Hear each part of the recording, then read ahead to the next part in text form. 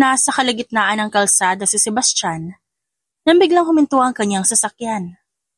Ganun na lang ang kanyang pagtataka. Kaya agad siyang bumaba upang tignan ang kanyang sasakyan at doon bumungad sa kanyang isang makapal na usok. Napasapo na lang siya sa kanyang batok dahil mukhang nag-overheat ang kanyang sasakyan. Kung di lang talaga importante sa kanya ang sasakyan na ito, matagal niya nang dinispat siya. Iginala niya ang kanyang tingin upang humingi ng tulong. Pero katahimikan lang ang bumungad sa kanya. Wala siyang nakikitang bahay na malapit sa kanya na maaari niyang hinga ng tulong. Kahit pagod na galing sa isang meeting, nilakad niya pa rin ang tahimik na daan. Inilabas niya ang kanyang telepono para humingi ng tulong sa mga kaibigan pero gano'n na lang ang kanyang inis dahil wala siyang signal. Dahil doon ipinagpatuloy niya ang kanyang paglalakad. Habang naglalakad, may nakita siya isang tao sa di kalayuan kaya agad siyang lumapit dito para magtanong. Excuse me po. Sambit niya. Ay Diyos ko! Gulat na sigaw ng babaeng nasa harapan niya. Dahilan upang magulat din siya. Pareho sila nakahawak sa dibdib dahil sa gulat. I'm sorry, nagulat kita. I just want to ask kung may kakilala ba kayong gumagawa ng sasakyan. Nasiraan kasi ako ng sasakyan sa gitna ng daan. Tanong niya habang kinakamot ang ulo. Kagulat ka naman? Kita mo ang dilim-dilim na tas bigla ka magsasalita? Akala ko tuloy may multo sa likod ko. Sambit ng babae dahilan upang mapangiti siya ng hilaw. Sakto, may kakilala akong gumagawa ng sasakyan. Yung kapitbahay namin si Kuya Noel. Mabuti pa sumunod ka sa akin. Dadaling kita sa kanya. Dahil sa sinabi ng babae, agad siyang sumunod dito. Napansin niyang may buhat itong mabigat na bag, kaya inalok niyang siya na lang magbuhat nito. Pasensya ka na, binuhat mo pa yan. Mula kasi sa kabilang barangay, buhat ko na yung malaking bag na yan, kaya medyo masakit na yung kamay ko. Sambit ng babae habang hinihilot ang sariling kamay. It's okay. Tutulungan mo rin naman ako kaya tutulungan din kita. Nakangiting sambit niya dahilan upang mapangiti rin ang babae.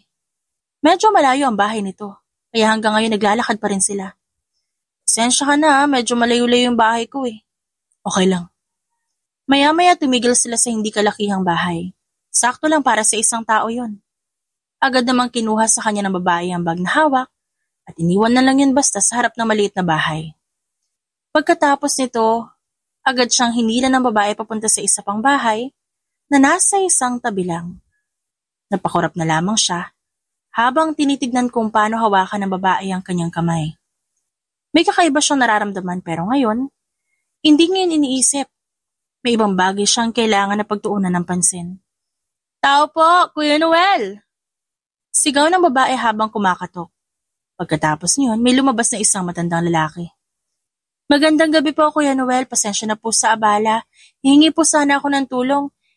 Nasiraan po kasi ng sasakyan tong kakilala ko. Kailan po yung kilala kong gumagawa ng sasakyan eh. Nakangiting sambit ng babae. Ay, mabuti naman na abutin niyo pa akong gising. Bala ko na kasing matulog. Sandali lang at kukunin ko yung gamit ko. Gamitin na rin natin ang tricycle nang makarating tayo agad kung saan naiwan na sasakyan.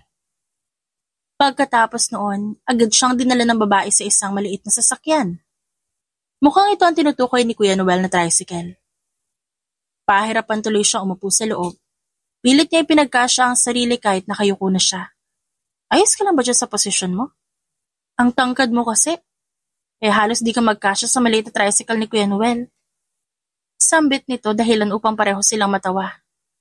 Kahit na nahihirapan, hindi niya na lang yun ininda. Sa buong biyahe nila papunta sa kanyang sasakyan, walang ibang ginawa ang babae kundi patawanin siya. Naputo lamang ang kanilang pag-uusap nang makita niya ang kanyang sasakyan. Diyan na lang po, Kuya Noel. Sambit niya mismo. Pagkababa nila, agad na sinuri ni Kuya Noel kung ano ang sira ng kanyang sasakyan. Ganda naman ng sasakyan mo. Nakikita ko lang yung mga ganyan sa TV eh. Namamanghang sambit nito. Napailing na lang siya dahil ang cute ng babae ngayon sa kanyang paningin. Matanong ko nga pala, paano ka napunta dito? Sa pagkakaalala ko wala namang masyadong dumaraan na sasakyan dito. Kapag namamalengke ako, binababa nila ako sa kantong yun, nilalakad ko hanggang sa amin. Agad niyang tinignan ang tinuturo ng babae. At gano'n na lang ang kanyang gulat dahil napakalayo ng babaan nito. Galing kasi ako sa meeting ng isang kliyente ko. Tapos namali ata ako naliko kanina. Nang mapansin ko mali yung daan, babalik na sana ako kaso biglang tumigil yung sasakyan ko. Ay, shala, may kliyente. Pagbibiro ng babae dahilan upang matawa siya. Nga pala, tanong ko lang kung anong pangalan mo. Tanong niya dito. Sadie. Sadie yung pangalan ko. Ikaw, anong pangalan mo? Sebastian. Nice to meet you, Sadie. Sambit niya bago makapagkamay sa babae. Maya-maya rin, agad na naayos ang kanyang sasakyan. Kaya tumayo siya sa kanilang kinauupuan. Maraming salamat po sa tulong, Kuya Noel. Sambit niya bago abutin ang kanyang wallet at ibinigay ang bayad. Pagkatapos, kaagad niyang hinanap si Sadie at akmang ibibigay sa babae ang pera, pero inilingan lang siya nito. Huwag na. Simpleng thank you lang ayos sa akin. Ingat ka sa pag-uwi ah. Sambit ito kaya tumango naman siya. Maraming salamat, Sadie. Sambit niya, bago umalis, pinanood niya muna ang babaeng sumakay ng tricycle ni Kuya Noel. Nang hindi niya na makita ito, agad na siyang sumakay sa kanyang sasakyan. Nang makasakay, napahawak na lang siya sa kanyang dibdib dahil napakabilis ng tibok ng puso niya ngayon. Nang kumalma, agad niya ring pinaandar ang sasakyan. Bago umalis, tinignan niya muna ang daan na nilalakaran nila ni Sadie kanina. Akala ni Sadie, yun na ang huling beses na magkikita sila ni Sebastian. Pero, gano'n na lang ang gulat niya. Dahil isang araw, nakita niya na lamang na nasa harapan ng kanyang bahay ang lalaki. Ilang buwan ding naging gano'n ito. Noong una naging magkaibigan sila pero habang tumatagal, mas lalong lumalalim ang nararamdaman nila sa isa't isa. Narito sila ngayon sa isang maliit na falls na malapit sa kanila at pinapakinggan ang pagbagsak ng tubig sa mga bato. Akala ko ba pagod ka galing sa trabaho? Pero ba't pumunta ka pa dito? Sambit niya habang sinusuklay ang buhok ng lalaki. Kasalukuyan kasi ito nakahiga sa kanyang binti. Ikaw kasi ang pahinga ko. Makita lang kita nawawala na yung pagod ko. Nakurot niya na lamang ang lalaki dahil sa sinabi nito. Alam mo kahit kailan, napakaharot mo. Ang mabuti pa nga tumayo ka na dyan na makakain na tayo. Sambit niya. Kaya agad namang sumunod ang lalaki. Niluto niya ang paboritong pagkain ni Sebastian, kaya ang gan nitong kumain ngayon. Natatawa na lamang siya dahil ang kalat nitong kumain. Ano ba naman yan? Dahan-dahan lang sa pagkain, di ka mauubusan. Saad niya habang pinupunasan ang bibig nito. I'm sorry, sobrang sarap kasi ng luto. Pagkatapos nilang kumain, agad na rin nilang inayos ang kanilang pinagamitan dahil paggabi na rin. Pansin niyang papikit-pikit na ang mata ng lalaki. Kaya naisipan niyang, dito muna patulugin si Sebastian sa bahay niya. Ayos lang ba kung dito ka matulog? Para na rin safe ka? Nagulat si Sebastian sa sinabi niya. Ang tanong, ayos lang ba dito ako matulog? Baka hindi ko komportable. Tanong ni Sebastian habang nakayakap sa kanya. Oo nga, ang kulit. Kesa naman hayaan kita magmaneho pa sa daan, ipagod ka na at inaanto ka na rin. Dumito ka na muna. Pagkatapos siyang yakapin ng lalaki, agad niyang inayos ang banig na gagamitin nito. Maliit kasi ang kanyang kama. Sakto lang to para sa isang tao kaya sila pag matutulog si Sebastian. Sabay sila nitong nahiga sa kanya-kanyang higaan. Habang nakatingin sa kawalan, nakahawak lamang ang lalaki sa kanyang kamay. Matulog ka na, Seb. Alam kong pagod ka na. Sambit niya nang masilip niyang gising pa rin ito. Ito na nga, matutulog na. Napailing na lang siya. Dahil umakto ang lalaki na matutulog na. Hindi niya tinanggal ang tingin dito. Kaya nahuli niya ito. Nang minulat ni Sebastian, ang mata nito. Ang sabi matulog na, diba? Sambit niya bago kurutin ng pino ang kamay ng lalaki. Tumagal ng ilang taon ng relasyon nila. Pinakilala siya ni Sebastian sa mga magulang nito. Akala niya magagalit sa kanya ang mga magulang nito dahil isa lang siyang hamak na mahirap. Habang si Sebastian ay napakayaman. Pero gano'n na lang ang kanyang gulat nang tinanggap siya ng mga magulang ni Sebastian. Nasa isa silang restaurant ngayon. at hindi niya maalis ang tingin sa kanyang palasingsingan. Hanggang ngayon pinipigilan niya pa ring maiyak. Hindi niya inaasahan na magpo-propose sa kanya ang lalaki ngayon. Akala niya simpleng date lang ang mangyayari ngayon pero may hinandang sorpresa si Sebastian. Huwag ka na umiyak, sige na. Sambit ng lalaki. Paano hindi ako iiyak? Nag-propose ka lang naman sa akin, ikakasal tayo. Sambit niya habang yakap ito. Humihikbi pa rin. Ang mabuti pa kumain na tayo. Alam kong gutom ka na, kanina ka pa umiiyak eh. Sambit ni Sebastian bago siya nito patakan ng halik sa labi. Pagkatapos ng araw na yon, agad na silang nagplano para sa kanilang kasal. Hindi mapigilan ng tuwang nararamdaman niya ngayon. Isang simpleng kasal lang ang gusto niya. Ang gusto naman ni Sebastian magarbo.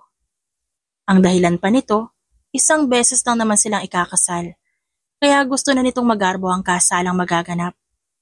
Lumipas ang ilang buwan ng preparasyon.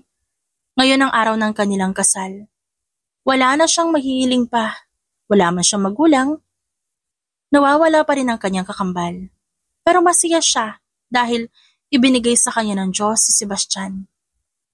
Ang akala niya siya lang mag-isa maglalakad sa aisle. Pero ganoon na lang ang kanyang gulat nang pumayag si Kuya Noel na ilakad siya nito.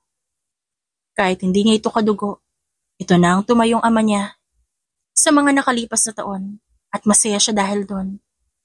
Nang bumukas ang malaking pintuan ng simbahan, doon niya na hindi napigilan ang pagtulo ng kanyang luha.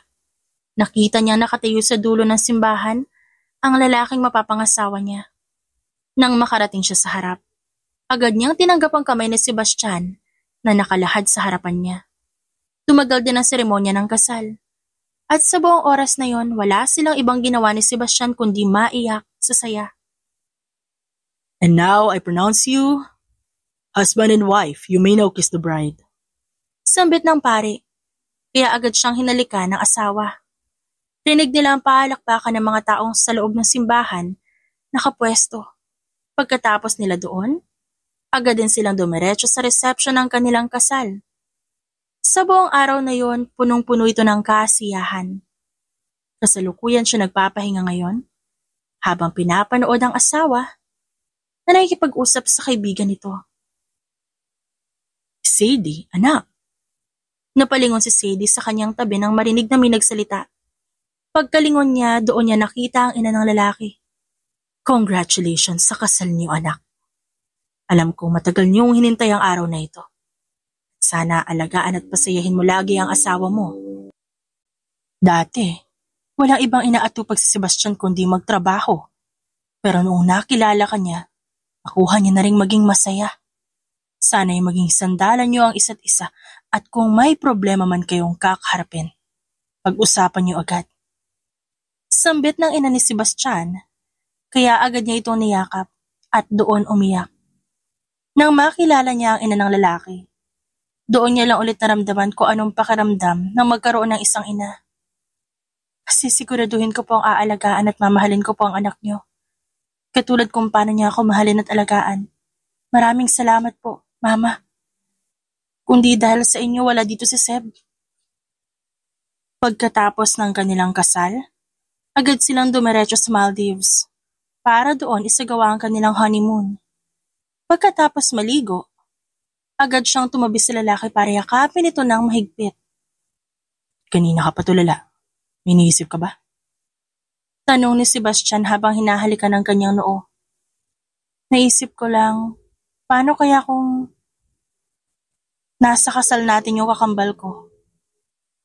Magiging masaya kaya siya para sa atin? Tanong niya. Dinig niya ang pagbuntong hininga ng lalaki. At ramdam niyang humigpit ang pagkakayakap sa kanya ni Sebastian. Do you want to find her? Tanong nito kaya agad siyang umupo mula sa pagkakahiga upang harapin ang asawa. Seryoso ka ba dyan, Sep? Tanong niya kaya tumango naman ito. I am serious, Sadie. Pwede ko ipahiram sa iyo mga tauhan ko para mahanap mo ang kakambal mo. Pagbalik natin sa Pilipinas, pwede na natin siya hanapin. Napatalo na lamang siya sa tuwa sa sinabi nito. Dahil doon, pinupog niya ng maraming halik sa mukha si Sebastian kaya tumawa ito ng tumawa. Ilang linggo rin sila sa Maldives. kaya sinulit nila mga araw doon. Saktong pagkarating nila sa Pilipinas, agad ding tinupad ng lalaki ang pangako nito sa kanya. Excited na siyang makita ang kakambal. At masaya siya na tinutulungan siya ni Seb. 2 dekada na rin na lumipas. Mula nang huli niya ito makita, maliit man ang tsansa na mahanap ito. Pero hindi siya nawawala ng pag-asa. Dahil nasa tabi niya ang kanyang asawa para tulungan siya hanggang sa abot na makakaya nito. Ilang buwan na rin nang lumipas pero wala pa rin silang balita sa kanyang kakambal. Kaya nandito siya ngayon sa kwarto nilang mag-asawa, nakasimangot. Maya-maya agad na bumukas ang pinto ng kanilang silid, doon niya nakita si Seb. Agad siyang lumapit dito upang salubungin ito at kunin ang mga gamit nito. Pagod? Tanong niya kaya tumango naman ang lalaki. Dahil doon, agad niyang dinala ang asawa sa banyo para makaligo na rin. Hindi rin nagtagal natapos ito at agad itong tumalon sa kama para yakapin siya. Kawawa naman yung baby damulag na yan. Halatang pagod na pagod. Sambit niya habang hinahaplos ang pisngi nito. Ang dami kailangan gawin sa kumpanya. Mabuti na lang at ikaw una ko makikita kapag uuwi na ako. Kaya nawawala rin agad ang pagod ko. Pambobola ng kanyang asawa. Napailing na lang siya bago yakapin to. How's the investigation? May update na ba? Tanong ng lalaki kaya mas lalo siyang napasimangot. Wala pa rin daw. Hirap silang hanapin yung kakambal ko dahil konting impormasyon na yung naibigay ko sa kanila. Mahinang sambit niya habang nakatitig sa kawalan. Huwag ka na malungkot. Mahanap din natin yan. Kaya huwag ka mawala ng pag-asa. Halos 2 dekada rin kayo hindi nakita ng kakambal mo. Kaya given na rin na konti lang ang impormasyong alam mo tungkol sa kanya. Tsaka ang sabi mo bata pa kayo ng mga panahon na yon. Halos di ko na nga matandaan yung nakaraan. Pero may naalala ko, may balat siya sa batok, yung akin naman sa likod ng tenga. Kita ko nga. Lagi ko nakikita kapag hinahalikan ko ang likod. Aray! Hindi na ipagpatuloy ni Sebastian ang balak nitong sabihin dahil hinampas niya na ito ng malakas. Ang kalaswaan ilagay sa tamang lugar.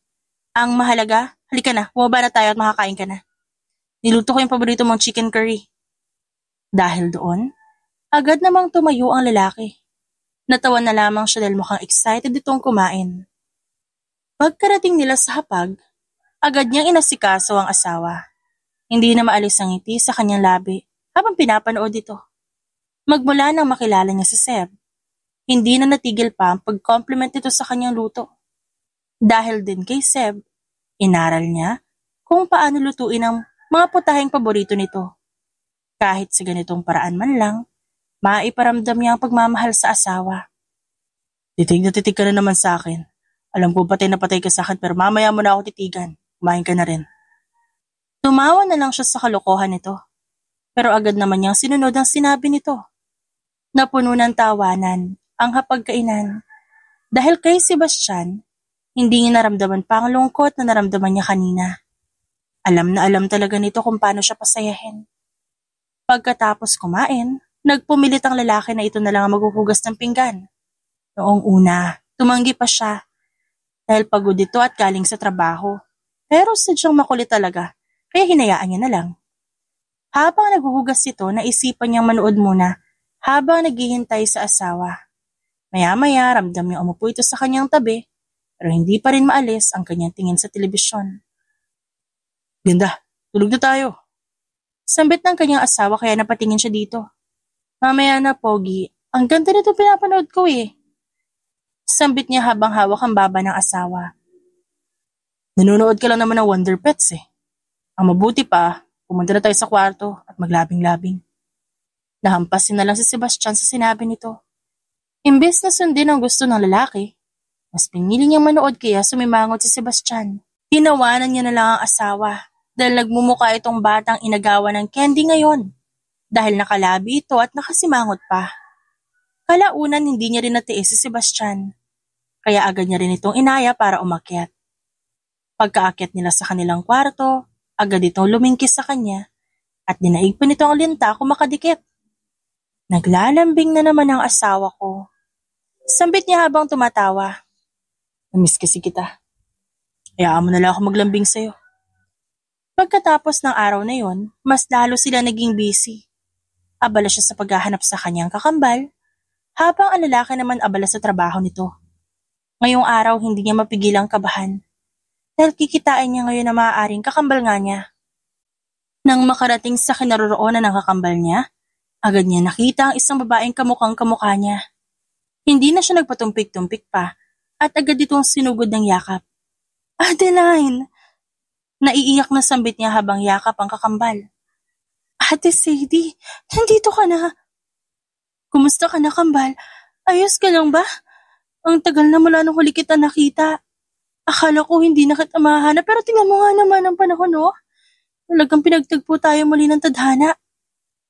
Pagkatapos nila magyakapan, agad silang pumasok sa tinitirahan ng kanyang kambal. Doon ito kinwento sa kanya kung ano naging buhay ng kapatid niyang si Adeline sa mga taong hindi sila magkasama. Panigurado matutuwa ang asawa ko kapag nakita ka niya. Talagang tinulungan niya ako para mahanap ka. Ani niya. At nagulat siya nang bigla itong naging aligaga. Kahit na nagtataka, hindi niya yun pinagtuunan ng pansin. Kasi, ate, ayoko po muna sana makita yung asawa mo. Nahihiya pa kasi ako makipagkita sa ibang tao. Gusto ko mag-bonding muna tayo. Yung tayong dalawa lang. Agad naman siyang pumayag sa kagustuhan nito. O paano ba yan? Kailangan ko na umuwi. Babalik ako bukas, dadalan kita ng pasalubong. Magpahinga ka na muna rito. Aniya bago niyakap ng mahigpit si Adeline. Bago umalis, isinagawa na nila ang DNA. Kahit sigurado siya nakakambal niya ang babaeng nasa harapan niya, kailangan niya munang ipakita sa asawa ang resulta. Yun ang pinakaunang inutos ng asawa niya sa kanya. Habang nasa biyahe pa uwi, hindi mawala ang ngiti sa labi niya. Hanggang ngayon, hindi pa rin siya makapaniwala na sa wakas nagkita na sila ni Adeline. Pagkarating sa bahay, agad bumungad sa kanya ang asawa na nanonood ng TV. Seb! Sigaw niya bago patakbong lumapit sa lalaki. Saya natin yun ah. Nakita ko na si Adeline. Nahanap na siya ng mga tauhan mo. Alam mo bang sobrang saya ko dahil nakita ko na rin sa wakas yung kakambal ko. Mabuti na lang talaga naging ligtas siya sa mga nagdaang taon.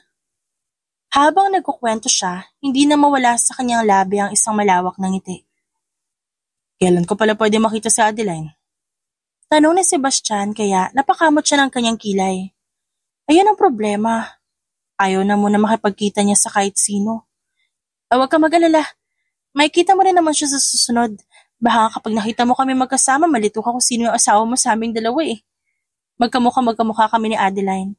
Pati sa haba ng buhok pareho din. Kahit kailan, hindi ako malilito sa inyo ng kakambal mo. Matagal na kita nakasama kaya paniguradong makikilala pa rin kita. Sambit nito kaya kinilig naman siya. Kinabukasan, maaga siyang nagising para ipagluto ng pagkain si Sebastian. At ang kakambal niya, balak niyang bisitahin ito ngayon. Ang sipag ng asawa ko. Napatigil siya sa pagluluto nang maramdaman niyang pumulupot sa kanyang bewang ang braso ng kanyang asawa. Good morning! Bati niya bago patakan ng magang halik sa pisngi ang lalaki. Nga pala mahal, may regalo ako kay Adeline. Nandun sa kwarto natin, ibigay mo na lang sa kanya. Dahil doon, mas lalo siyang natuwa. Hindi pa man nakikita ang asawa niya at ang kanyang kakambal, pero nakakasiguro siyang magkakasundo ang dalawa. Ingat ka sa trabaho! Sambit niya habang inaayos ang suot na suit ng asawa. At nang makaalis ito, agad siyang sumakay na isa pang kotse, nang sa gayon ay mapuntahan niya ang kakambal.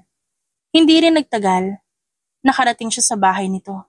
Maganda umaga, Adeline. Masayang bati niya dito bago yakapin ang kakambal. Nga pala, regalo para sa ni Sebastian, sana raw magustuhan mo. Sambit niya bago iabot ang paper bag sa babae. Agad naman niya binuksan ni Adeline at kita niya sa mukha ng kakambalang tuwa nang makita ang isang branded na bag. Nakita niya kung paano mamula ang pisngi nito. Sabi kay Sebastian, maraming salamat ha. Nagustuhan ko kamo yung regalo niya. Pagkatapos niya ibigay ang regalo, sinunod niya ibigay ang kanyang regalo para sa kakambal. Kita niya ang tuwa sa mga mata nito, kaya nasiyahan ang puso niya. Pagkatapos nila doon, kumain din sila ng almusal. Kinuwento lang nila sa isa't isa ang naging buhay sa mga nagdaang taon. Magmula noon hindi natigil ang pagbisita niya kay Adeline. Pati rin ang pagraregalo dito, hindi na natigil. Si Sebastian, wala ba siyang regalo sa akin? Isang araw, bigla na lang yung tinanong ni Adeline kaya nagtaka siya. Wala naman, bakit? Akala ko kasi bibigyan niya pa ako ulit na regalo. Nakangusong sambit nito.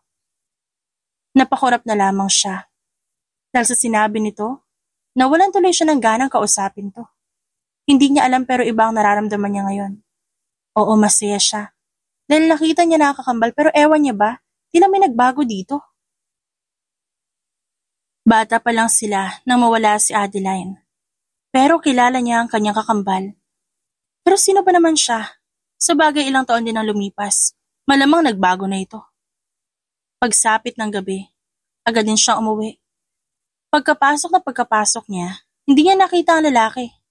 Kaya agad naman siyang dumiretso sa opisina nito. Doon niya nakita si Sebastian na abala sa pagbabasa ng mga papeles. Mukhang busy ka ngayon ani niya, kaya napatingin sa kanya ito. Ang seryosong mukha nito napalitan ng pagngiti. Good evening. Sambit nito. Lumapit siya sa lalaki at agad naman siyang hinatak nito sa bewang. Napaupo siya sa kandungan ng lalaki. Naistorbo ba kita? Sorry Tanong niya, pero umiling lang ang asawa bilang sagot. Ba't ka pala nandito? Di ba dapat nasa kwarto ka na ngayon at nagpapahinga? Alam kong pagod ka, binisita mo yung kakambal mo. Miss na kasi kita. Hindi na tayo masyadong nakakapag-bonding nitong nagdaang araw. Pasensya ka na. Minsan di na kita nalulutuan na makakain.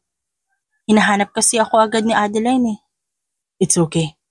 Naintindihan ko naman kaya no need to worry. Ang mabuti pa kumain na tayo. Alam kong pagod ka. Kaya ako muna nagluto. Dahil sa sinabi nito, agad siyang tumayo para pumunta sa kusina. Wow, mukhang masarap ang hinanda mo ngayon ani niya, habang nakatingin sa pagkaing inihahain ni Sebastian. Of course. Masarap kaya magluto ang asawa mo. Kaya dapat matikman mo to. Tsaka hindi ako papayag na ikaw lang magaling magluto sa ating dalawa, no? Tumawa siya sa sinabi nito. Kain na nga tayo kung ano pa sinasabi mo. Maraming salamat sa masarap na pagkain, Seb. Sambit niya bagong ngitian ng asawa. Gumanti rin ito ng ngiti pabalik. Kung noon ay si Sadie ang nag-aalaga sa lalaki, ngayon si Sebastian ang nag-aalaga sa kanya. Pagkatapos nilang kumain, agad din naghugas ng plato, si Seb. Imbis na pumunta sa kanilang kwarto, pinili niyang panoorin na lang ang kanyang asawa sa ginagawa nito. Labas tayo? Tanong niya pagkatapos ng kanyang asawa. Parang biglaan naman ate ang aya mo. Bonding? Miss ko na yung road trip natin Nakanguso niya ang sambit. Kaya kinurot siya nito sa kanyang pisngi. Sige na nga, pumunta ka na sa kwarto natin at pagbihis. Hintayin na lang kita dito. Dahil sa sinabi ni Seb, agad naman siyang tumakbo papunta sa kanilang kwarto para magbihis. Pagkatapos niya, agad siyang bumaba at doon bumungad sa kanyang asawa habang nakakunot ang noo. Mukha may binabasa ang lalaki sa cellphone nito. Seb, tara na. Sambit niya kaya napatingin sa kanya ang lalaki. Habang naglalakad sila papunta sa kanilang sasakyan, hindi na maalis sa kanya ang kasiyahan. Nang makapasok sila sa kotse, agad niyang pinatugtog ang paborito nilang kanta ni Seb. Naalala ko, naging paborito nating kanta yan, nang yan ang ginamit ko para haranahin ka. Natawa silang dalawa habang inaalala ang pangyayaring yon. Hindi nila alam kung saan sila pupunta ngayon. Hinayaan lang nilang umandar ang sasakyan habang inaalala ang pangyayari nung hindi pa sila. Alam mo bang takot na takot ako nung bigla ka magsalita nung una tayo nakita? Hinabol kasi ako na aso nun. Kaya ang bilis ng tibok ng puso ko tapos bigla ka pang nagsalita sa likuran ko nun. Tumawa ang lalaki sa kanyang kinuwento. Alam mo bang nung araw din na yun naging crush kita? Ang tanda ko na pero nagkaka-crush pa rin ako. Sabi ko na nga ba patay na patay ka sa akin. Swerte mo naman dahil lagi asawa mo ko. Swerte talaga. Kinabukasan, naunang umalis si Sebastian. Sinabi sa kanya ng asawa na magtatagal ito sa kumpanya, kaya binalak niyang dalhin dito si Adeline. Wow, ang laki ng bahay ng asawa mo. Manghang sambit nito habang iginagala ang tingin. Nang makitang abala ang kakambal, agad siyang pumunta ng kusina para kumuha ng makakain. Nang matapos, agad siyang bumalik kung saan niya iniwan ito. Akmang lalapitan niya sana ito, pero hindi yun natuloy. Nang makita niya hawak ni Adeline ang litrato ni Sebastian, at tila kinikilig pa ito. Adeline? Sambit niya, dahilan upang bitawan agad ng kakambal ang litrato ng kanyang asawa. Ate, kanina ka pa ba dyan? May bahagyang pagkautal sa tanong nito. Kaya umiling siya. Mas pinili niyang magsinungaling. Nitong mga nagdaang araw, napapansin niya ang kakaibang pag-uugali ng kanyang kakambal na si Adeline. Ayaw niya namang isipan ito ng masama, pero napapansin niya kasi ang kinikilos nito at mukhang may gusto ito sa kanyang asawa. Ate, pwede mo ba akong turuan magmaneho? Ang ganda kasi ng mga kotseng binigay sa'yo ng asawa mo. Kahit masama ang kutob niya, sinamahan niya pa rin to. Tinuruan niya kung paano ang dapat gawin. Sinubukan pagganahin ni Adeline na sasakyan ng mag-isa. Ayaw niya sanang pumayag pero sadyang makulit talaga ito. Ganun na lang ang kanyang gulat nang biglang magmaneho ang kakambal patungo sa kanyang direksyon. Akmang iiwas sana siya pero huli na ang lahat dahil nabangga na siya ni Adeline. Nakita niyang bababa ito sa sasakyan. Akala niya tutulungan siya nito. Pero ganoon na lang ang kanyang gulat dahil pinanood lamang siya ni Adeline. Gusto niya igalaw ang kanyang katawan pero hindi niya yun magawa. Nakita niya ang isa sa mga tauhan ng kanyang asawa. Akala niya tutulungan siya nito pero pinanood lang din siya gaya ng kanyang kakambal. Siguraduhin mong mabubura ko ang footage ng CCTV ng pagbangga ko kay Sadie. Sambit ng kanyang kakambal at agad sumunod ang tauhan ni Sebastian. Pasensya ka na, kambal. Masyado na kasing masaya ang buhay mo. Pwede ba ako naman? Patikim lang ng asawa mo. Gusto niya itong sigawan. Pagkatapos ng ginawa niya lahat para dito, ito ang igaganti sa kanya ni Adeline.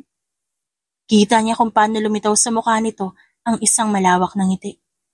Mukhang mali pa na hinanap niya ang kapatid. Agad naman siyang binuhat ng ilang kalalakihan. Habang lumalayo, hindi niya inilis kay Adeline ang masamang tingin.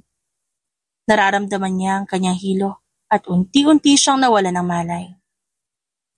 Napahawak naman si Sebastian sa kanyang dibdib.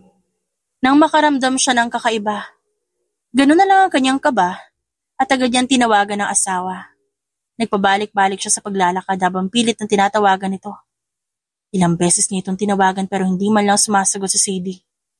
Akmang lalabas na siya ng kanyang opisina nang biglang sumalubong sa kanya ang sekretarya. Boss, Sir Manaloto is waiting for you in the conference room. Uwing-uwi na siya, pero importante sa kanya ang meeting na magaganap ngayon. Kaya kahit napipilitan, pumunta pa rin siya ng conference room. Tumagal din ng 3 oras ang meeting. Nang matapos, agad siyang tumakbo papalabas ng kumpanya. Ang dating 30 minutos na biyahe pa uwi, naging 15 minutos na lang. Gusto niya na talaga makita ang asawa. Nang makarating sa harap ng bahay, hindi na siya nakapag-park ng maayos. Sadie! Sigaw niya. Akmang aakyat siya sa kanilang kwarto nang makita niya ang babae na pababa na. Hello, honey? Bati ng kanyang asawa bago siya halikan sa pisngi. Napakurap na lamang siya habang tinitignan to. Naninibago siya ngayon dahil ngayon niya lang nakita si Sadie na nakasuot ng nighties.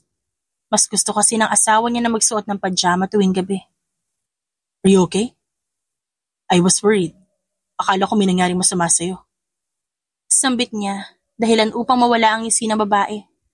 I'm okay naman. Ang mabuti pa pumunta tayo sa kwarto natin. Okay? Saad nito habang hinahaplos ang kanyang dibdib. Akmang hahalikan siya nito nang bigla niyang iniwas ang kanyang muka. Ganoon na lang ang pagkagulat ng lalaki. Dahil kusang kumilos ang katawan nito. I'm sorry, wala ako sa mood ngayon, Sadie. Ang mabuti pa pumunta ka na sa kwarto natin para magpahinga, mukhang pagod ka na. Hindi niya hinintay pa ang sagot ng asawa. Agad na siyang dumiretso ng kanyang opisina. Habang naglalakad, tinanggal niya ang suot niyang necktie. Tila nasasakal siya sa suot niyang yun. Hindi niya alam pero may nararamdaman siyang kakaiba. Hindi niya lang matukoy kung ano. Nang araw na yon, hindi man lang siya pumunta ng kanilang silid. Mas pinili niyang magpahinga sa kanyang opisina. Kinabukasan, mas pinili niyang maligo sa banyo sa isa sa mga guest rooms nila. Hindi niya alam. Pero nang pumasok siya sa kwarto ni Sadie, hindi siya komportable. Kaya binalak niya sa kabilang kwarto na lang maligo. Pagkatapos niyang maligo, agad siyang nagpunta ng kusina. Akmang papasok siya. Nang marinig niyang magsalita ito, "Tang inang itlog to. Di maluto na maayos." Sambit nito kaya agad siyang sumilip. Ni minsan, hindi pa niya narinig na nagmura ang asawa. Magaling din magluto si Sadie, kaya ganun ang pagtataka niya dahil simpleng itlog lang naman hindi nito maluto. "Are you okay, Sadie?" Tanong niya dahilan upang mapaharap sa kanya ang babae. "Oh, hello honey." Bati nito, bago siya bigyan ng malalim na halik. Ewan niya ba pero parang habang hinahalikan niya ito, wala siyang maramdaman. Agad din siyang bumitaw sa kanilang halikan. "Are you okay? Narinig kasi kita na hindi mo maluto yung itlog. As far as I remember, marunong ka magluto. Are you sure that you're okay?" Tanong niya. Nataranta naman ang babae sa harapan niya. "Ano ka ba? I know how to cook kaya? Ang mabuti pa, umupo ka na ron. Hintayin mo ang niluluto ko." Sambit nito bago muling humarap sa niluluto ng babae. Imbes na pakinggan ang gusto nito, mas pinili niyang yakapin ang asawa sa likuran. Napansin niyang tumatabing sa mukha ng babae ang sarili nitong buhok. Kaya agad niyang inayos at napatigil siya sa kanyang ginagawa. Nang mapatingin siya sa likod ng tenga, nang tinuturing niyang asawa ang babae sa harapan niya. Wala ang balat ni Sadie doon. Naalala niya ang sinabi ng asawa tungkol sa balat nilang kambal. Dahil sa kanya nakita, pasimple niyang tinaas ang buhok ng babaeng nasa kanyang harapan upang matignan ang batok nito. At ganun ang gulat niya nang wala siya makitang balat sa batok nito.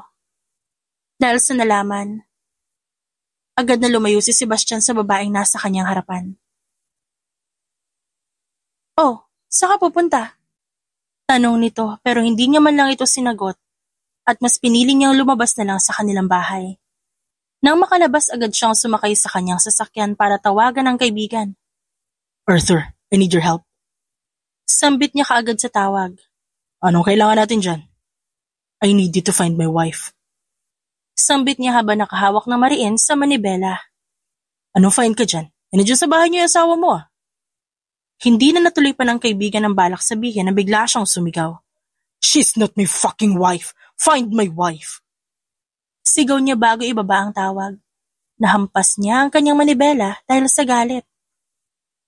Hindi niya alam kung nasan ngayon ang kanyang asawa. Hahanapin niya muna si Sadie. Yun ang importante. Bago niya haharapin ang impostorang nasa kanyang bahay. Kaya pala kakaiba ang pakiramdam niya. Dahil ibang Sadie pala ang kasama niya sa bahay nila. Agad niya namang pinaharurot ang kanyang sasakyan. Imbes na dumiretso sa kanyang kumpanya, nagtungo siya sa dating bahay ng kanyang asawa. "Nasaan ka, Sadie?" Bulong niya sa kawalan, habang pinagmamasdan ang litrato nito na nasa kanyang telepono. Sa buong araw na yon, nasa dating bahay lang siya ni Sadie tumambay. Inaasahan niyang baka dito tumuloy ang asawa, pero inabot na ng gabi walang Sadie ang dumating. Labis ang pag-aalinlangang nararamdaman niya. Hindi niya alam kung ano nangyayari. Paano nangyari ang lahat ng ito? Mula kahapon nawawala ang kanyang asawa at di niya maiwasang mag-alala ng sobra. Bago umalis kahapon, alam niyang si Sadie pa rin ang kasama niya. Nang lumipas ang oras, agad na siyang tumayo para dumiretso sa bahay ng kanyang kaibigan. Napakabilis ng kanyang pagmamaneho. Tila wala na siyang pakialam sa mga batas trapiko. Tila nasa isip niya lang ngayon, makapunta sa bahay nito at malaman ang kinalalagyan ng asawa. "Please, be safe." Bulong niya na lang sa hangin, habang pinipigilan ng sarili na maging emosyonal. Samantala, unti-unting minulat ni Sadie ang kanyang mga mata. At ang unang bumungad sa kanya, isang puting kisame. Kahit na nahihirapan, pinilit niya pa rin ang sarili na umupo. Akmang kukuha siya ng maiinom dahil nanghihina pa siya at gusto niya ng tubig sa kanyang sistema. Ang kaso, natumba siya mula sa pagkakatayo. Napahawak siya sa kanyang ulo nang maramdaman niyang kumikirot ito. Maya-maya biglang bumukas ang pinto. Doon niya nakitang pumasok ang doktor. Mukhang nasa ospital siya ngayon. Oh, you're finally awake. 2 linggo ka ring walang malay.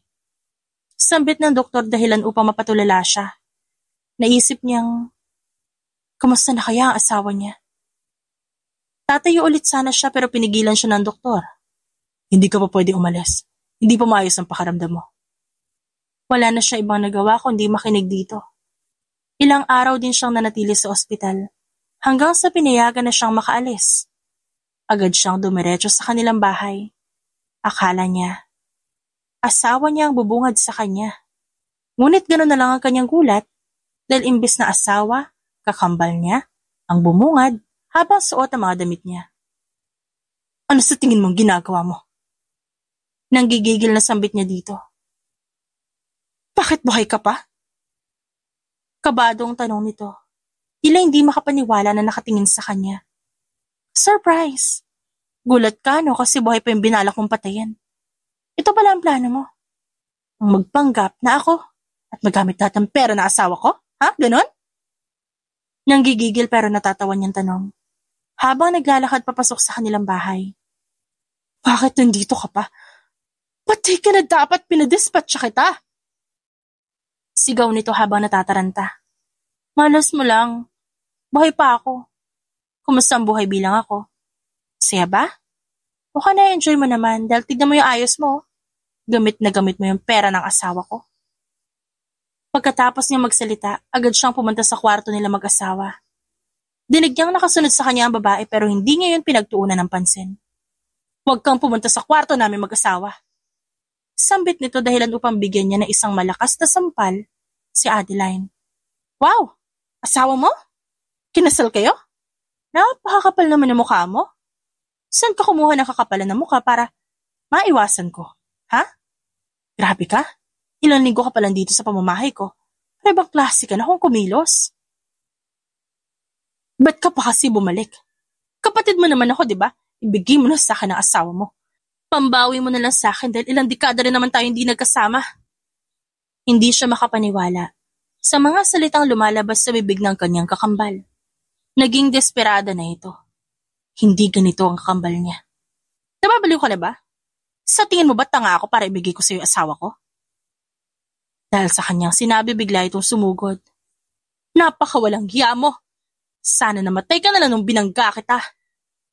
Sambit nito habang sinasabunutan siya. Kaya gumanti rin siya dito. Dahil sa kanilang pag-aaway, napansin niyang malapit na sila sa hagdan. Kaya hindi na siya nagdalawang isip na itulak pa doon si Adeline. Pinanood niya kung paano ito gumulong pababa. Kita niyang nawalan ito ng malay. Kaya agad siyang bumaba. Akmang hahablutin niya ito nang biglang bumukas ang main door. At doon niya nakita ang kaibigan ni Sebastian na nakatingin sa kanila. Baka gusto mo akong tulungan, Damian. Ang bigat itong babaeng to. Maldita ang sambit niya. Kaya agad namang sumunod sa kanya ang kaibigan ni Sebastian. Ipinadala niya sa ospital si Adeline. Siya man na nagtulak dito. Pero may awa pa rin naman siya. Huwag mo sasabihin kay Sebastian na nakita mo. Kapag nalaman ko sinabi mo kay Sebastian yan, makakatikim ka sa akin. Pagkatapos nila mag-usap, agad siyang dumiretso sa kanilang kwarto mag-asawa. Nang makita ang kanilang kama na paiyak na lang siya. Mahigit 2 linggo siyang nawala. Hindi niya alam kung alam ba nito na hindi ito ang kasama niya tuwing gabi. Nalulungkot siya dahil kailangan yung mangyari. Ang daming pumapasok sa isip niya. Paano kung may nangyari sa dalawa habang nasa ospital siya? Paano kung hindi talaga alam ni Sebastian na hindi siya yon? Pagkatapos umiyak, agad niya inayos ang sarili. Pagkatapos niya mag-ayos, agad siyang dumiretso sa kusina para ipagluto na makakain ng asawa niya. Mamaya niya naiisipin kung anong dapat gawin kay Adeline. Habang nagluluto, rinig niya ang tunog ng makina ng sasakyan, kaya agad niyang pinatay ang kanyang niluluto bago patakbong lumabas ng kanilang bahay. Napangiti na lang siya nang makita ang asawa. Dahil doon, Agad siyang yumakap sa lalaki. Pero gano'n na lang ang kanyang lungkot nang bigla nitong kinalas ang kanyang braso. Wala ako sa mood ngayon, CD. Huwag mo muna ako sabayan. Malamig na sambit ng kanyang asawa. Dahilan upang mapakuyom ang kanyang kamao. Ganun ba? Mabuti pa kumain ka na muna, niluto ko yung paborito mo. Sambit niya bago hilahin ang asawa mula sa pagkakatayo. Ba't ka nagluto? Noong isang araw muntik mo na masunog ang kusina. Tapos sabi mo sa akin, hindi mo nagagamitin ang kusina kahit kailan. Sambit nito dahilan upang matigilan siya. Hindi niya alam kung ano bang ginagawa ng kanyang kakambal nung nawawala siya. Ipinagsawalang bahala niya muna yon at inaya sa Sebastian na kumain. Pero hindi niya talaga ito mapilit. Dumiretso lang ito sa opisina, kaya siya lang mag-isa ngayon ang kumakain. Paggabi na rin, kaya kaagad siyang dumiretso sa kanilang silid. Nakapagbihis na siya, nakapag-ayos pero hindi pa rin ito dumarating. Sumapit ang 2:00 ng madaling araw, pero hindi talaga pumasok ang kanyang asawa. Wala sana siyang balak sabihin sa lalaki ang ginawa na kakambal niya, pero kung magpapatuloy lang sa ganito ang asawa niya, sasabihin niya na talaga ang totoo kay Sebastian. Natapos ang gabing yun, na hindi man lang talaga pumunta si Sebastian sa kanilang silid. Gusto niya pa sana makasama ang lalaki ngayong araw, pero nalaman niyang gising na pala ang kanyang kakambal, kaya binisita niya ito ngayong araw. Nang makarating sa ospital, nakahilatang Adeline ang unang bumungad sa kanya. Nang makita siya nito, nakita niya sa mata ng babae ang takot. Oh, gising ka na pala. Kamusta naman yung tulog mo?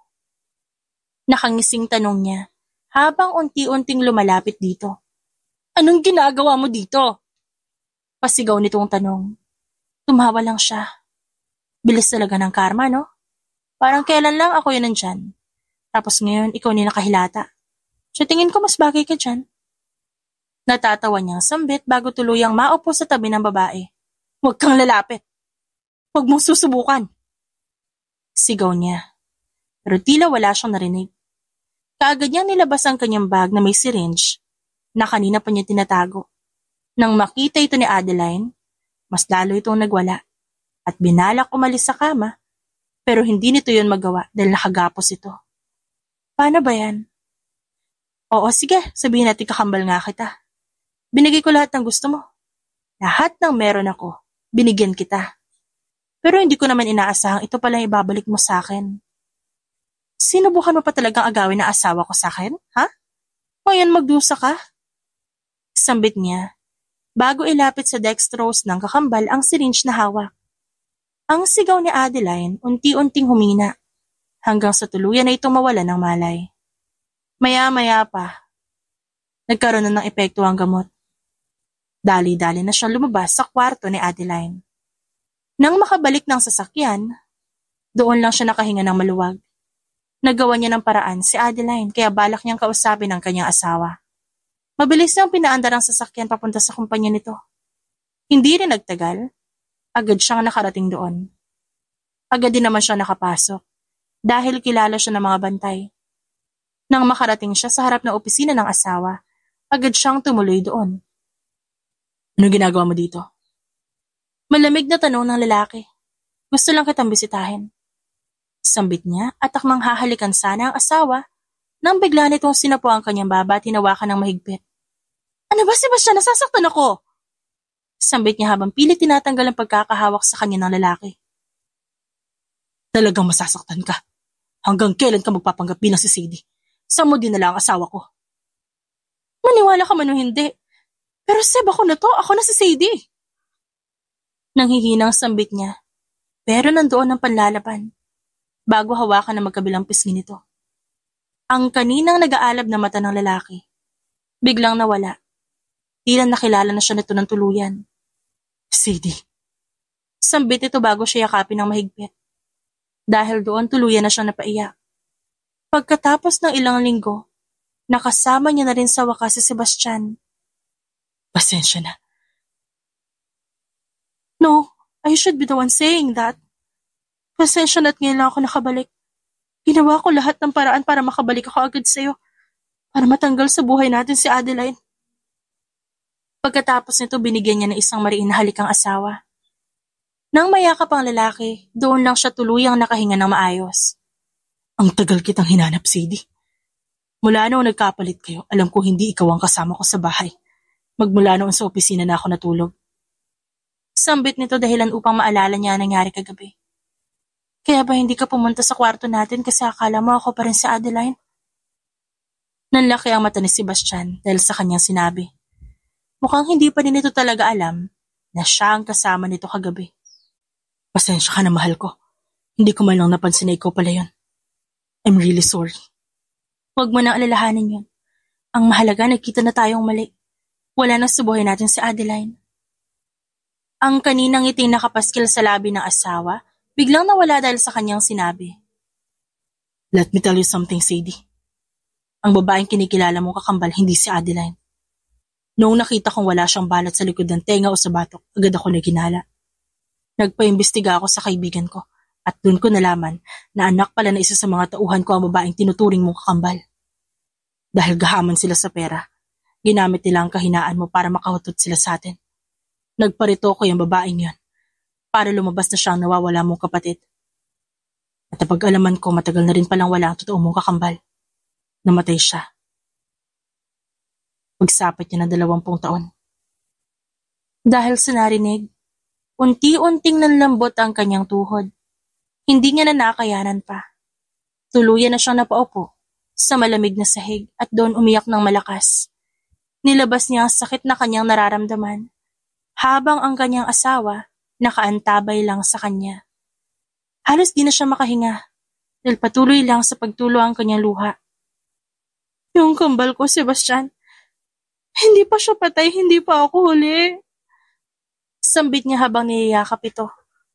Ilang oras din siya umiiyak hanggang sa hindi niya namalaya na kumakalma na siya ng paunti-unti. Nang sa wakas ay tumahan, napatitig na lang siya sa kawalan. Unti-unti nang pumapasok sa kanyang isipan na wala na nga talaga ang totoong Adeline. Hindi naman magsisinungaling ang asawa niya sa kanya. Uminom ka muna ng tubig. Sambit nito habang inaabot sa kanya ang tubig. Agad niya namang tinanggap yon at uminom ng konti mula sa baso. Everything is going to be okay, Sadie. Pagbabayaran niya ang ginawa niya sa atin. That woman is evil. Ipapakulong ko siya. Yun ang gagawin ko. Huwag ka na malungkot. Kapag malungkot ka, nalulungkot din ako. Niyakap siya ni Sebastian ng mahigpit. Ipinikit niya na lang ang kanyang mga mata hanggang sa hinila na siya ng antok. Nagising si Sadie at ang unang bumungad sa kanya ay ang kwarto nilang mag-asawa. Mukhang naiuwi na siya kanina ni Sebastian. Habang nakaupo, ramdam niya ang paghapdi ng kanyang tiyan. Mula kanina wala pa kasi siyang maayos na kain. Kaya paniguradong gutom na gutom talaga siya. Bago bumaba, naghilamos na muna siya ng muka. Pagkarating sa kusina, doon niya naabutan si Sebastian na nagluluto. Mukhang hindi narinig ng lalaki ang yapak niya, kaya unti-unti siyang lumapit dito at niyakap ang likod ng asawa. Bango naman yan. Sambit nito, dahilan upang mapatingin sa kanya ang asawa. Good evening, mahal. How's your sleep? Ayos naman na. Medyo gumaan na rin yung pakiramdam ko. Nakatulog na ako na maayos. Ano pala yung niluluto mo? Ano pa ba? E di sisig. Paborito mo. Dahil doon, agad niyang inayos ang kubyertos na kanilang gagamitin para sa kanilang hapunan. Saktong pagkatapos sa pag-aayos, natapos din sa pagluluto ang lalaki. Kakain na! Masayang sambit niya. At pinagsilbihan siya nito. Ang kanilang hapagkainan ay napalitan ng tawanan. Pilit binabawi ang mga araw na hindi sila magkasama. Pagkatapos sila magpahinga mula sa pagkain, dumiretso na rin sila ng kwarto. Kasalukuyan siya ngayon nakahiga sa kanilang silid. Ang lalaki nakayakap sa kanyang likuran. I miss you so much. Sambit nito habang pinapataka na mag-aang halik ang kanyang batok. I miss you too, Seb. Kung alam mo lang kung gaano kahirap para sa akin na hindi ka makasama nung nasa ospital ako. Sobrang lala ng takot ko. Dahil wala ka man lang sa tabi ko. And I'm sorry. Hindi kita nahanap agad. Napakawalang kwenta kong asawa. Don't say that, okay? Hindi ka walang kwentang asawa. Proud nga ako sa'yo eh. Kasi nalaman mo agad na hindi ako yung kasama mo sa bahay natin. Nalaman kong mahal mo talaga ako at tinupad mo yung pangako mo sa akin. Naging maayos ang buhay nila sa mga nagdaang buwan. Noong una, ayaw niyang iwanan ng lalaki. Pero mabuti na lang na kumbinsi niya ito na bumalik sa pagtatrabaho. Nagising si Sadie nang maramdaman niyang maduduwal siya. Kahit hindi pa tuluyang gising, agad siyang dumiretso sa banyo para doon dumuwal. Ramdam niyang nasa likod si Sebastian at hinahaplos ang kanyang likuran. Pagkatapos, kinuhanan siya nito ng tubig at inabot nito sa kanya ang baso. Are you okay? Ilang araw ka nang ganito. Pumunta na kaya tayo ng ospital. Saad nito kaya agad siyang pumayag. Ayaw niyang bumalik sa ospital.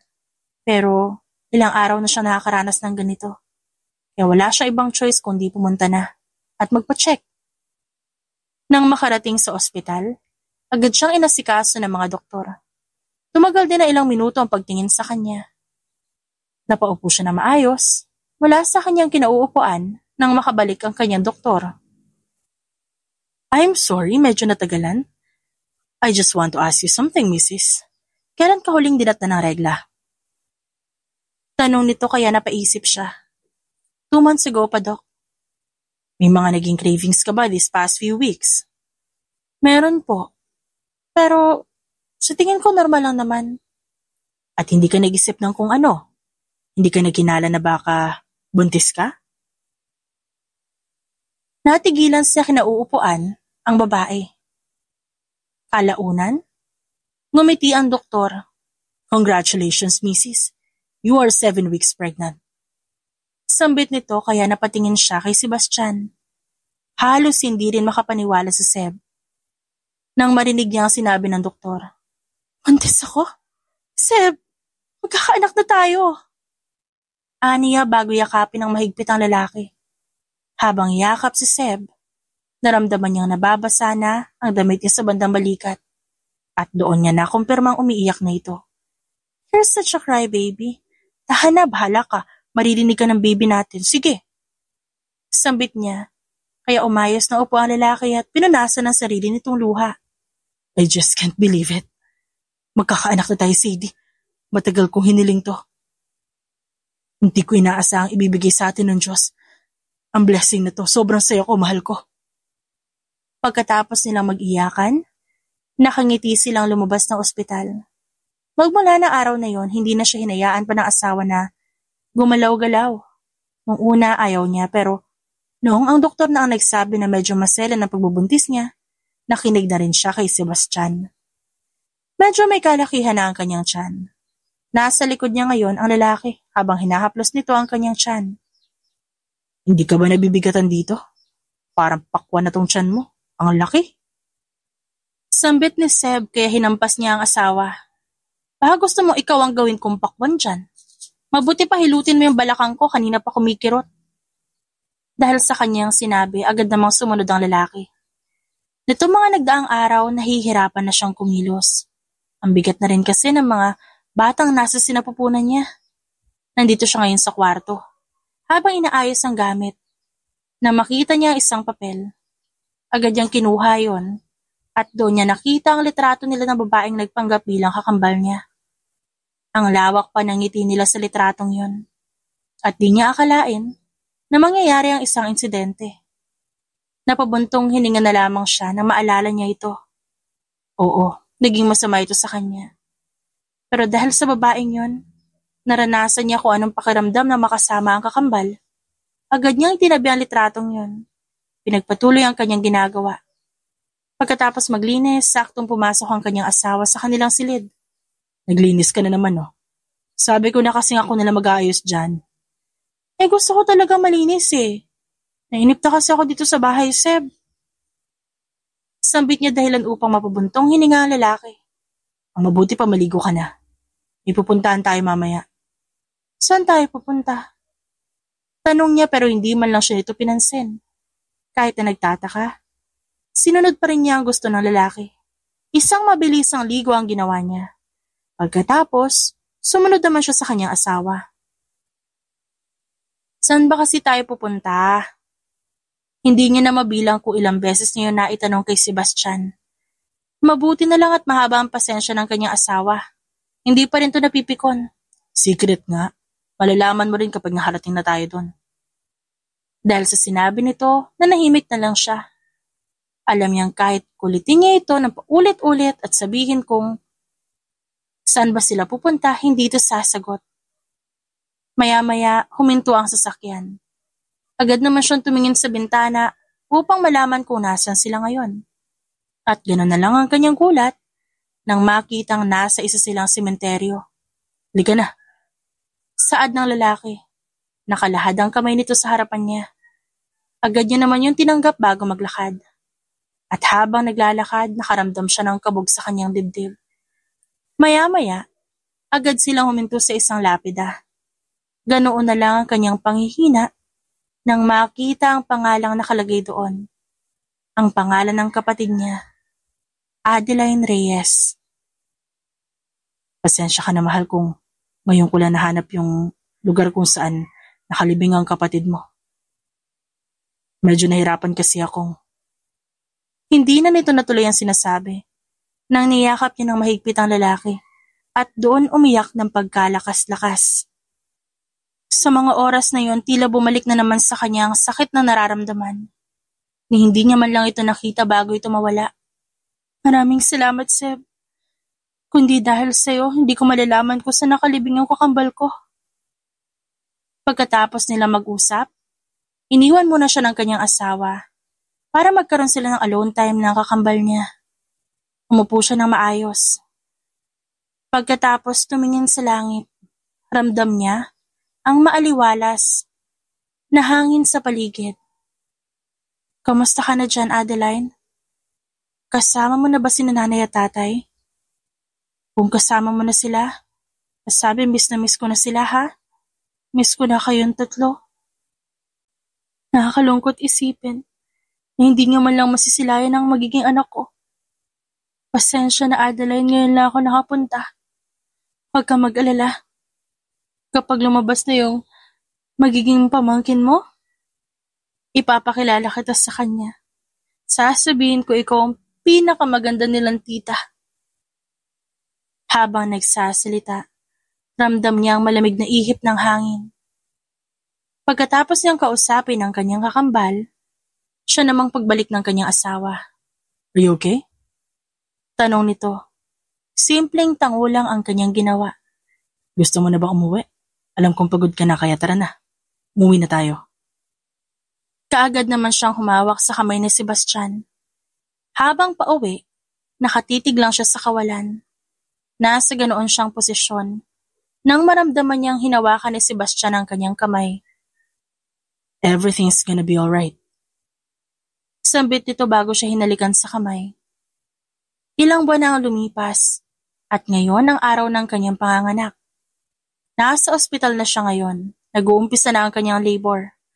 Ang sakit talaga, Seb. Sobra. Naiiyak na sambit niya. OA man sa paningin at pandinig ng iba. Pero ang hirap na kanyang nararanasan, walang katumbas. Take a deep breath. Maya-maya lalabas na din ang mga bata. Sige na. Wala siya ibang ginawa kundi umiri ng umiri. Kahit kambal, ang kanilang anak, talagang sinikap ng doktor na maging normal ang kanyang delivery. Tila nawala ang pagod ni Sadie nang makita niya ang dalawang sanggol na nasa kanyang magkabilang braso. Nang makita ang mga bata, doon na siya tuluyang nawala ng malay. Nagising si Sadie nang marinig ang mahihinang iyak ng sanggol. Nang imulat niya ang kanyang mga mata, unang bumungad sa kanya ang asawa. How are you? Are you okay? You did a good job, Sadie. Proud na proud ako sa'yo.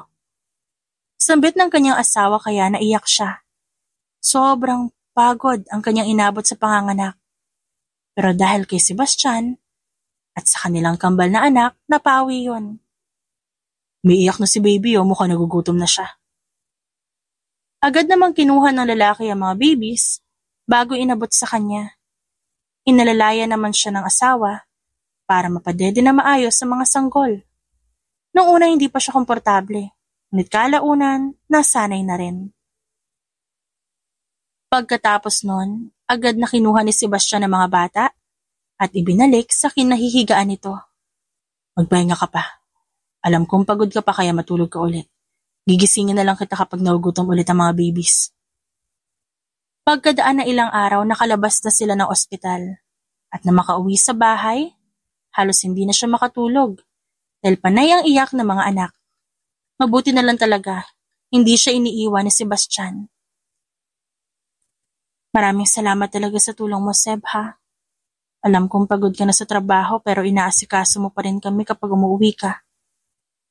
Hey, don't be too emotional. Tayong dalawa ang gumawa sa kanila. Responsibilidad ko din ang mga anak natin. At mas lalong responsibilidad kita. Ako na muna bahala sa mga bata. Ikaw naman ang matulog. Sige na. Sobrang laking pasasalamat niya dito. Dahil tinutulungan siya nito at hindi ito nagrereklamo sa kabila ng paghihirap nito sa trabaho at sa kabila ng hirap nito sa pagpaprovide sa kanila bilang pamilya ni Sebastian. Mabuti na lang si Seb ang napangasawa niya. Alam niya sa pagkakataong yon, napakaswerte niya pagdating sa lalaki. At sisiguraduhin niyang hindi niya na bibitawan pa ito. Dahil si Sebastian ang naglagay sa kanya sa isang sitwasyon na naramdaman niya ang pagmamahal, pagtanggap at kasiyahan. Si Sebastian na nagpabago sa buhay niya. At ngayong may anak na sila, panibagong yugto na naman sa kanilang buhay ang magaganap. Ngunit isa lang ang sigurado siya. Kahit gaano pa katagal ang lumipas na panahon, hanggat nasa tabi niya si Sebastian, patuloy siyang magiging masaya at punong-puno ng pagmamahal sa kanyang puso. The End. This is Iya. Meron kaming munting mensahe na nais iparating sa aming mga masugid na tagapakinig. Hihingi lang po sana kami ng konting lambing. Napansin po kasi namin na karamihan po sa aming mga listeners hindi pa po nakakapag-subscribe sa aming mga channels. Kaya ini-encourage po namin kayo na kung isa kayo sa mga frequent listeners at hindi pa nakakapag-subscribe, magiging malaking tulong po sa aming munting community ang pag-click nyo sa subscribe button at pag-tap ng notification bell para ma-notify kayo sa ginagawa naming daily update sa channel.